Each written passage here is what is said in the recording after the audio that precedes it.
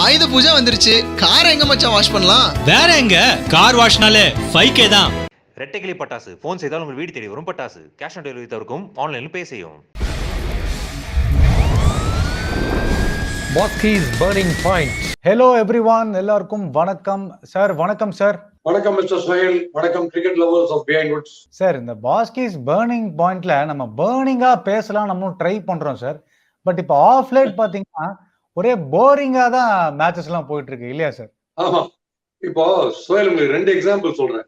ஐபிஎல்ங்கிறது ரொம்ப ரொம்ப ஃபேமஸ் ஆனதுக்கு ஃபர்ஸ்ட் டேக் ஆஃப் வந்து முதல் சீசன்ல பிரெண்டன் மேக்கலம் ஒரு பேடி ஒன்று வச்சார். Okay, full fireworks Deepavali காமிச்சார் கிரிக்கெட்ல. So Brendon McCullum, Dhoni, de Villiers, Gayle, Russell இந்த மாதிரி சிக்ஸர் அடிக்கிறவங்க வந்தாதான் களகட்டும் இந்த மாதிரி டோர்னமெண்ட். ஏன்னா இது என்டர்டைன்மெண்ட் கிரிக்கெட். அதனால தேடி தேடி இன்ட்ரெஸ்டிங்கான பாயிண்ட் எங்கேயா இருக்கா மேட்ச்ல பார்க்க வேண்டியது. இன்னைக்கு பாருங்க, ஆர்சிபில கோலி அண்ட் டெவிலியர்ஸ் முக்கிய பிளேயர்ஸ். அவங்க அவுட் ஆயிட்டான்னு வச்சுக்கோ, மீதி பேரும் முக்கிய பிளேயர்ஸ். எப்படின்னா முக்கிய ஆடுறாங்க ஒவ்வொரு ரன் அடிக்கிறதுக்கும். உதாரணத்துக்கு குர்கரேத்னு ஒருத்தர் பேட்டிங் வந்தார் பாத்தீங்களா, அவர் எந்த அளவுக்கு டிராக் ஆடுறாருன்னா போன மேட்ச் எல்லாம் இன்னர் சர்க்கிள் தாண்ட ட்ரை பண்ணியிருந்தார் ஹிட்டிங்ல. அது நடக்கலன்னு இன்னைக்கு பிச்சையே தாண்ட முடியல அவரால். இந்த மாதிரி ஒருத்தர் ஆடிட்டு அவுட் ஆயிட்ட அப்புறம் எட்ஜ் வேற பார்த்துன்னு போறது. ஆடுறது பூராவே எட்ஜ் தானே. அப்ப எதிர் டீமுக்கு பெரிய எட்ஜ் இருக்குல்ல மேட்ச்ல. இந்த மாதிரி டிராக் ஆடிதான் டெவிலியர்ஸே கவுக்க பார்த்தாரு பார்ட்னர்ஷிப். இவர் எப்படி ஆடுறது எனக்கு புரியல. சரி, ஓகே, இதெல்லாம் முடிஞ்சது. 120 டிஃபெண்ட் பண்றீங்கன்னா நீங்க வந்து போலிங் அங்க ஒரு ஓவரை தூக்கி சிராஜ்கிட்ட கொடுத்தா அங்க ஊரு பூரா ரெட் அலர்ட் மாதிரி ஒயிட் அலர்ட் ஒண்ணு பண்றாங்க. ஷார்ஜா கவர்மெண்ட் பூரா சொல்லிடுறாங்க, it's a white alert, ball with Siraj's hands, so be careful, anytime anything may happen outside in traffic, we are not responsible ன்ற மாதிரி சிராஜ் வாரி வழங்கி அந்த 121 நோ கான்டெஸ்ட் ஆகுது. இப்ப எங்கன்னா மெயின் ஹீரோஸ் ஆர்சிபி யாரு? பேட்டிங்ல கோலி அண்ட் டெவிலியர்ஸ், போலிங்ல சஹல். பேட்டிங் ஹீரோஸ் ஃபெயில் ஆயிட்டாங்க. இருக்கிற ஒரே ட்ரம்ப் கார்டு வந்து கையில சஹல். அவரை சீக்கிரம் எடுத்துட்டு வரணும். அவரையும் 7th ஓவர் தான் எடுத்துட்டு வந்தாங்க. சோ இப்படி எதுவுமே ஆர்சிபிக்கு ஃபேவரபிள் அல்ல. கன்வின்சிங்கா அடிச்சாங்க எஸ்ஆர்எச். அதுல ஒன்னும் டவுட்டே கிடையாது. ரஷீத் கான் மறுபடியும் கில்லர். எனக்கு தெரிஞ்சு நெக்ஸ்ட் மேட்ச்ல ரஷீத் கான் போலிங் போடும்போது ஸ்ட்ரைக்கர் நான் ஸ்ட்ரைக்கர் 2 பேரும் ஒரே சமயத்தை ஆடினா கூட 2 பேருக்குமே மிஸ் ஆகும் போல இருக்கு. ஊக்லி லெக் பிரேக் அந்த அளவுக்கு டார்மெண்ட் பண்றாரு. Extraordinary bowler boss, the best bowler. நீங்க சொன்ன மாதிரி சஹல் மட்டும்தான் ஒரே பவுலர் மாதிரியும் மத்தவங்க எல்லாம் சும்மா கடமைக்கே போடணும் அப்படின்னு போட வைக்கிற மாதிரியும் ஒரு அரேஞ்ச்மெண்ட் பண்ண மாதிரி இருந்தது. 6 ஓவர்ஸ்குள்ள சஹல் வரல. இஷுரு தானே நல்ல டிசெப்டிவான பால்ஸ் போடுவாரு. கொஞ்சம் ஈஸியா பிக் பண்ண முடியாது. அவர் ஸ்லோ பால்ஸ் நிறைய போடுவாரு, கட்டர்ஸ் போடுவாரு. அவரையும் ரொம்ப லேட்டா எடுத்துட்டு வந்தாங்க. லைக் விக்கெட் டேக்கிங் பவுலர்ஸ் எல்லாமே ரொம்ப தள்ளி வச்ச மாதிரி இருந்தது. வாஷிங்டன் சுந்தர் மட்டும் கொஞ்சம் பாரம்பரியமா அவரு பவர் பிளேக்குள்ள போட்டுட்டு இருந்தனால அவரை மட்டும் அலோவ் பண்ணிருக்காங்க போடுறதுக்கு. அதுவும் வார்னர் விக்கெட்டை தூக்கினோன்னா 2 ஓவர் கொடுத்துட்டு அவரையும் ஆஃப் பண்ணிட்டாங்க. சோ ஆல்ரெடி பேட்டிங்ல வந்து நிறைய தப்பு பண்ணிட்டாங்க ஆர்சிபி. பவுலர்ஸ் எப்படி ஃபிட் பண்ணிக்கலாம் நினைக்கிறீங்க சார் அந்த ஃபர்ஸ்ட் 10 ஓவர்ஸ்ல? நீங்க லோ டோட்டல்ல வந்து டிஃபெண்ட் பண்ணணும்னா இந்த Chahal is the match winner for them. அந்த 4 விக்கெட்ல சஹல் கண்டெயின் பண்றதுல உங்களுக்கு சிக்ஸஸ் கிடையாது. அந்த 4 ஓவர்ல அவர் எவ்வளவு விக்கெட் 3 விக்கெட் எடுத்தாருன்னா வைட் எல்லாம் 3 பேர் எடுத்துருவாரு. அது கம்ப்ளீட்டா ரன் ரேட்டை குறைச்சா மாதிரி ஒவ்வொரு விக்கெட்டுமே அவரே ஒரு 35 ரன் 40 ரன் அடிச்சு ஒரு செஞ்சுரி அடிச்ச மாதிரி 3 விக்கெட் எடுத்தாருன்னா அதை அவர் பண்ணணும்னா அவர் சீக்கிரம் பண்ணணும். இன்னைக்கு பிரில்லியன்ட் போலிங், சான்ஸே கிடையாது. Out of the world bowling. Especially சஹாவ் எடுத்த பால் பிளான் பண்ணிட்டு இறங்கி வருவார், தூக்கி தான் போடலன்னா அது பார்க்கலாம், தூக்கி முன்னாடியே போட்டு வெளியில நல்ல டர்ன் ஆன லெக் பிரேக். ஃபர்ஸ்ட் டைம் உண்மையிலேயே ஒரு பேட்ஸ்மேன் பீட் ஆகி ஸ்டம்ப் பண்ணி பார்த்தேன். ரொம்ப நாள் கழிச்சு பார்த்தேன். இது ஒண்ணு. ஓவரால் டீம்ஸ் ஸ்ட்ராங் டீம்ஸ் பார்த்துட்டு இருக்கிற டீம்ஸ் கிங்ஸ் 11 பஞ்சாபா இருக்கட்டும், டிசியா இருக்கட்டும், இல்ல இப்ப நீங்க ஆர்சிபி பாருங்க, நம்ம வந்து மிடில் ஆர்டர் பிரிட்டில்னு எஸ்ஆர்எச் தான் சொல்லியிருந்தோம். நீங்க உத்து பாத்தீங்கன்னா எல்லா டீமும் அதே மாதிரி இருக்கு. எல்லாத்துக்குமே மிடில் ஆர்டர் வந்து மெர்சல் ஆடுறாரு, மிரட்டுற ஆர்டர், மிரல்ற ஆர்டர், அவங்களே மிரண்டுறாங்க. அந்த மாதிரி இருக்கு. கோலி அண்ட் டெவிலியர்ஸ் அடிக்கலன்னா என்ன லெவல்ல இருக்கு பாருங்க. கிங்ஸ் 11 பஞ்சாப் திடீர்னு பார்த்தா முஜீப், விஷ்ணு எல்லாம் 3 down 4 வந்துட்டு இருக்காங்க. அந்த மாதிரி இருக்கு மிடில் ஆர்டர். பெரிய பெரிய டெய்ல். ஸோ ரியர் கார்டு ஆக்ஷனுக்கு உங்களுக்கு ஆள் இல்ல மோஸ்ட் ஆஃப் த டீம்ஸ்ல. பட் இந்த பிரின்சிபல் பிளேயர்ஸ் எப்படியே ஒப்பேத்தி அடிச்சிடுறாங்க. அதனால நமக்கு தெரிய மாட்டேங்குது. இப்போ கொஞ்சம் கொஞ்சமா சாயம் அளிக்கிறது. முதல்ல பேசணும் நம்ம என்னன்னா 3 பிச்சஸ்ல வந்து 3 வென்யூஸ்ல மாத்தி மாத்தி ஆடுறதுனால வேரண்டார் இருக்கிறதுனால பால் ஸ்லோ ஆயினே இருக்கும். ஸோ நான் முதல்ல சொன்ன பாயிண்ட் தான். பேட்ஸ்மேன் ஓரியன்டா இருக்கிற மேட்சஸ் எல்லாம் போலர் ஓரியன்டா மாறி வருது இப்போ. அதனால டுவர்ட்ஸ் கிளைமேக்ஸ் போகும்போது ஸ்பீடு கம்மியாயினே வருது. இப்ப நிறைய ஃபயர் ஒர்க் சிக்ஸர்ஸ் வந்தாதான் திருப்பி களகட்டும். அது டெஃபினட்டா நாளைக்கு அது நடக்கிறதுக்கான வாய்ப்பு இருக்குன்னு எனக்கு தோணுது. சும்மா இன்ட்யூஷன் சொல்றேன். கண்டிப்பா சார், எனக்கும் அந்த இன்ட்யூஷன் நிறைய இருக்கு. அப்பயும் வந்து அந்த பக்கம் அடிப்பாங்கன்றது ஷுவரா தெரியுது, நம்ம பக்கம் அடிப்பாங்களான்றது நாளைக்கு தான் தெரியும் சார். சார் நான் ஏன் இந்த ப்ரீவியஸ் பாயிண்ட் நான் வந்து கேட்கறேன்னா சார், 6 ஓவர்ஸ்ல 58 ஸ்கோர் பண்ணிட்டாங்க சன்ரைசர்ஸ். அதாவது பாதி டோட்டல் வந்து பவர் பிளேல அடிச்சிட்டாங்க. இனிஷியல் 6 ஓவர்ஸ்ல வந்து அந்த பிரஷர் இல்லைன்னு சொன்னா அதுக்கப்புறம் மேட்ச் வந்து என்னதான் சஹல் வந்து விழுந்து புரண்டு 2-3 விக்கெட் எடுத்தாலுமே கண்டிப்பா அந்த மேட்ச் ஜெயிக்கிறது கஷ்டம் தான் சார். அதான் இன்னைக்கு நடந்தது சார். இப்போ அம்பையர் பிளண்டர்ஸ் நம்ம பேசி ரொம்ப நாள் சார் அதை பத்தி. இன்னைக்கு மேட்ச்ல சேசிங் அப்போ பாத்தீங்கன்னா 2 பிளண்டர் ஒன்னு வந்து நம்ம பிளண்டர்னு சொல்ல முடியாது. என்னன்னு பாத்தீங்கன்னா சாஹா அடிச்சோன்னா சஹல் கையில பட்டு ஸ்டெம்ப்ல பட்டுச்சு அப்படின்னு சொல்லி அப்பீல் பண்றாங்க சார். சோ அப்போ வந்து அம்பையர்ஸ் வந்து பயங்கரமா செக் பண்றாங்க, லைக் என்ன ஆச்சு அப்படின்றது செக் பண்றாங்க. ஆனா எல்லாம் செக் பண்றதுக்கு முன்னாடி அது அவுட்டான்னு செக் பண்ணிருந்தாங்கன்னு வச்சுங்களேன், நம்ம அவ்வளவு ஜூம் பண்ணி பாத்துருக்க வேண்டிய அவசியமே இல்ல. கடைசியில பாத்தீங்கன்னா அது அவுட்டே இல்ல, அதுக்கு கோலி சஹல்லாம் வந்து விவாதம் பண்ணி அப்படி எல்லாம் போயிட்டு இருந்தது. இது ஒண்ணு சார். அதுக்கப்புறம் பாத்தீங்கன்னா ஒரு பவுன்சர்ல ஒரு பீமர், அதாவது மூஞ்சிக்கு வர ஒரு ஃபுல் டாஸ நோ பால் கொடுக்காம 2 பேரும் வந்து ஒருத்தர் மாத்தி ஒருத்தர் பாத்துட்டு இருக்காங்க அம்பையர். கோலி சொன்ன மாதிரி நம்ம வந்து வைடு நோ பாலுக்கும் அம்பையர் ரிவ்யூ வச்சாதான் இதெல்லாம் வந்து சரியாகும் போல இருக்கு. இப்ப ரொம்ப அம்பையர்ஸ் வந்து அந்த இடத்துல இருக்காங்க, அது வந்து பை தி நேக்கட் ஐ பார்த்து கரெக்டா சொல்ல முடியாது. பட் ரெஃபரல் இருக்கு, அவங்க ஈஸியா கிளாரிஃபை பண்ணிக்கலாம். நீங்க சொல்றது ரொம்ப வேலிடான பாயிண்ட். ரன் அவுட் முதல்ல அது ரன் அவுட் தானே பார்க்கணும். அதாவது 5-6 சாவி போட்டு ஒரு கதவு போட்டு திறக்கணும்னு பார்த்தா கஷ்டம், போட்டிருக்காது, வெறும் தள்ளினாலே திறந்துரும். அதுதான் ஈஸி.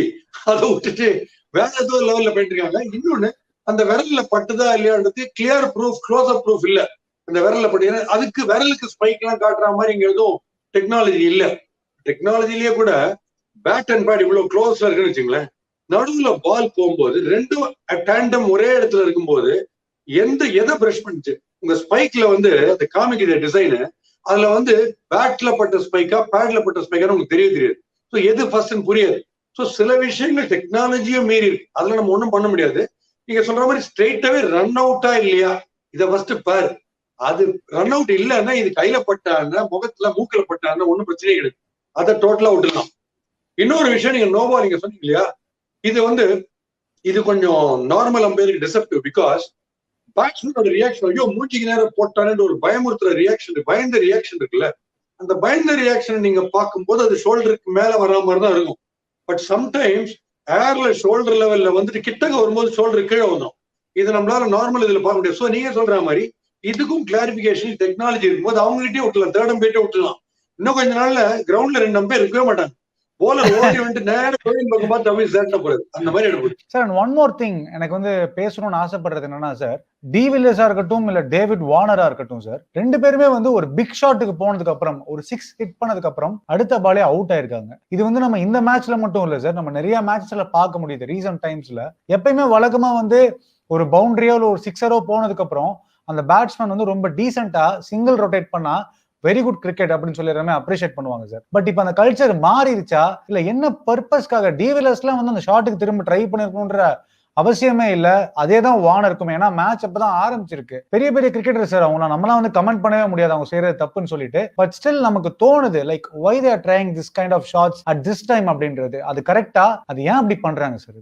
இப்போ ஒரு 6 அடிச்சேன், 2 6 அடிச்சேன், 3வது அடிக்கணும்னு தோணுது, அந்த ஸ்பான்டினிட்டி வந்துடும். எனக்கு ஃப்ளோ வந்துச்சுன்னு அடிக்க போறேன்னு போறது. பட் எல்லாருமே கிட்டத்தட்ட கேலுடைய சைக்காலஜி எல்லாருக்கும் இருக்கு. என்னன்னா பால் ஷார்ட் ஆயிடுச்சா அதை எப்படியோ கிரவுண்ட் விட்டு வெளில அடிக்கணும். கிரவுண்டோட நான் அடிச்சு 4 எனக்கு வேணாங்க, சாட்டிஸ்பாக்சன் இல்ல. நான் கம்ப்ளீட்டா அந்த கிரவுண்ட் விட்டு வெளில அடிக்கணும். அது பிக் கிரவுண்டா இருக்கலாம், இல்ல ஸ்மால் கிரவுண்ட்ல இருக்கிற ஒரு பிகர் ஏரியாவா இருக்கலாம். ஸ்வீப்பர் கவர்ல நீங்க கிளியர் பண்ணணும் ட்ரை பண்றது ரொம்ப கஷ்டம்.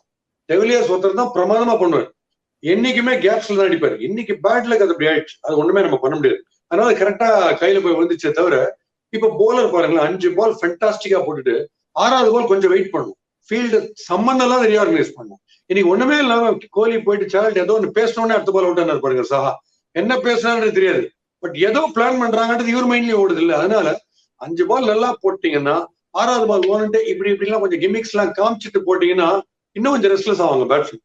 பட் நீங்க மெக்கானிக்கா வந்து 6வது பால அவுட் சைட் லெக் ஸ்டம்ப் நீங்க வந்து தியாகி போடுற மாதிரி போட்டீங்க, சிராஜ் மாதிரி போட்டீங்கன்னு வச்சுங்களேன், 6 மொத்த எஃபர்ட் நலிஃபைட். அந்த முதல் 5 பாலுடைய எஃபர்ட் போச்சு.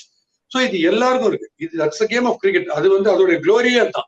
நீங்க எங்க வேணா யார் வேணா தப்பு பண்ணுவீங்கன்றது தான் இது. பட் டெவிலியர்ஸ் வந்து உண்மையிலேயே அடிக்கிற ஷாட் கம்ப்ளீட்டா கிளியர் பண்ணுவாரு. பட் இன்னைக்கு ரொம்ப ரொம்ப பேட்ல அது கையில போய் வந்தது. அவர் அடிச்சாருன்னா 100% கிளியர் பண்ணுவார். இன்னைக்கு ரொம்ப ரேர் அப்படியானது. நம்ம மேட்ச் பார்த்துட்டு இருக்கும்போது ஒரு டிஸ்பிளே ஒன்று போடுறாங்க. அதுல வந்து spinners who took highest wickets this season அப்படின்னு பார்க்கும்போது சஹல், ரஷீத் கான், அதுக்கப்புறம் வருண் சக்கரவர்த்தி, இவங்க 3 பேர் இருக்காங்க. 3மே லெக்கி. இந்த 3 பவுலர்ஸையும் இப்படி நிறுத்தி இவங்க 3 பேர்ல என்னென்ன வித்தியாசங்கள் இருக்கு, யாரு மோர் த்ரெட் அப்படின்னு சொன்னா நீங்க யாரை செலக்ட் பண்ணுவீங்க?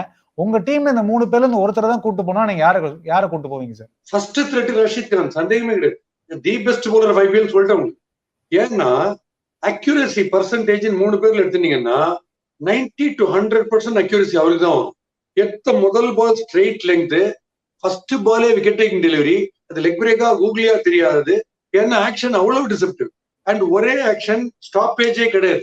ஒரு ஃபாலோ த்ரூக்கு ஜம்போ கையை மேல தூக்கலாம் கிடையாது. அப்படியே இந்த வீல் போகுது பாத்தீங்களா, ட்ரெயின் ட்ராக்ல வீல் போகுது, அந்த மாதிரி கூட அப்படியே போட்டுருது. பால் ரிலீஸ் எப்போ அது தெரியாது. ஸோ டெஃபினட்டா மோஸ்ட் டேஞ்சரஸ் அவர் தான். இப்பவும் அவரோட லெக் பிரேக் எது கூகுள் எதுன்னு ரீட் பண்ண முடியாது. ஏன்னா ஃபிங்கர்ஸ்லயே வித்த காமிச்சிருக்கு. நம்பர் 1 த்ரெட் அவர் தான். நம்பர் 2 த்ரெட் வந்து பிட்வீன் வருண் சக்கரவர்த்தி அண்ட் நீங்க சஹல் கேக்குறீங்க. ஆப்வியஸ்லி சஹல் இருக்கும். ஏன்னா சஹலுக்கு இருக்கிற எக்ஸ்பீரியன்ஸ். பெரிய பெரிய ஹிட்டர்ஸ் எல்லாம் டாஸ் பண்ணி அழ விட்டு டீஸ் பண்ணி அதுக்கப்புறம் கடைசியில இறங்கி வந்து தப்பு பண்ண வைக்கிறாரு. That's because the experience. இவர் ரொம்ப கிரீன் ஃபீட், ஜஸ்ட் என்டர் பண்ணிருக்காரு. ஜஸ்ட் என்டர் பண்ணதுலயே இந்த கலக்கிறார் வருண் சக்கரவர்த்தின்னா இந்த ஒரு காரணத்தினால, இவங்க 2 பேரோட உங்களால ஈக்குவேட் பண்ண முடியுதுன்ற ஒரே காரணத்தினால செகண்ட் பிளேஸே நான் வருண் சக்கரவர்த்தி கொடுத்துட்டு சஹலுக்கு வந்து 3rd பிளேஸ் கொடுக்குறேன்.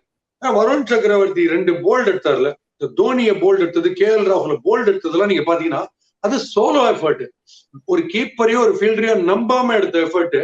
அந்த குவாலிட்டி வந்து புதுசா வந்த ஒருத்தர்கிட்ட நீங்க பாக்குறீங்கன்னா வந்து இல் கோ பிளேசஸ். இன்னும் எக்ஸ்பீரியன்ஸ் ஆக எங்கேயோ போயிட்டு வருவார். அதனால நம்ம அந்த ஆர்டர்ல வச்சுக்கலாம். இப்ப நீங்க கேட்ட கேள்விக்கு ரஷீத், அப்புறம் வருண் சக்கரவர்த்தி அண்ட் தென் சஹல் வச்சுக்கலாம். 3 பேருமே அமேசிங் போலர்ஸ், டவுட்டே கிடையாது. Correct sir. இன்னும் போக போக பாத்தீங்கன்னா டீம்ல வந்து ஆஃப் ஸ்பின்னருக்கே இடம் இருக்காது போல இருக்கு. ஃபுல்லா லெக் ஸ்பின்னர்ஸ் தான் இருப்பாங்க போல இருக்கு. ஏன்னா அந்த மாதிரி யாரும் அவங்களே ஆஃப் ஸ்பின் போடுறாங்க அப்படின்றப்போ கொஞ்சம் அந்த மாதிரி போக ஆரம்பிச்சிருவாங்கன்னு நினைக்கிறேன் sir. Okay sir, thank you sir, thank you so much, thank you for the review. நம்ம நாளைக்கு CSK vs பஞ்சாப் மேட்ச்ல திரும்பவும் மீட் பண்ணலாம். அதுக்கப்புறம் இன்னொரு மேட்ச் வேற இருக்கு. இன்னைக்கு கூட எல்லா டீமுக்குமே 13 மேட்சஸ் வந்து கம்ப்ளீட் ஆயிடுச்சு சார்.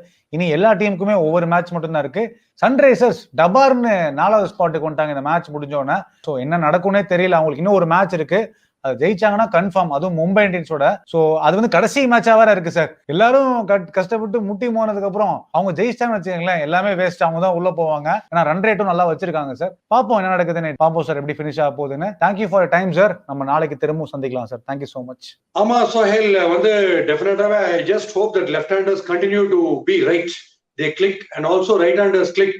அண்ட் தீபாவளி வரப்போகுது, அதனால இன்னும் நிறைய ஃபயர் ஒர்க்ஸ் வரும்னு எதிர்பார்க்கிறேன். நாளைக்கு it be definitely interesting match. கண்டிப்பா சந்திப்போம். Pass keys burning point. Toss ஜெயிச்சது யாரு? மேட்ச் ஜெயிக்க போறது யாரு? மேட்சை மாத்தினது யாரு? மேட்ச்ல ஏமாத்தினது யாரு? இது எல்லாத்துக்கும் answer after every match. Please tune in to pass keys burning point on your favourite Behindwoods air.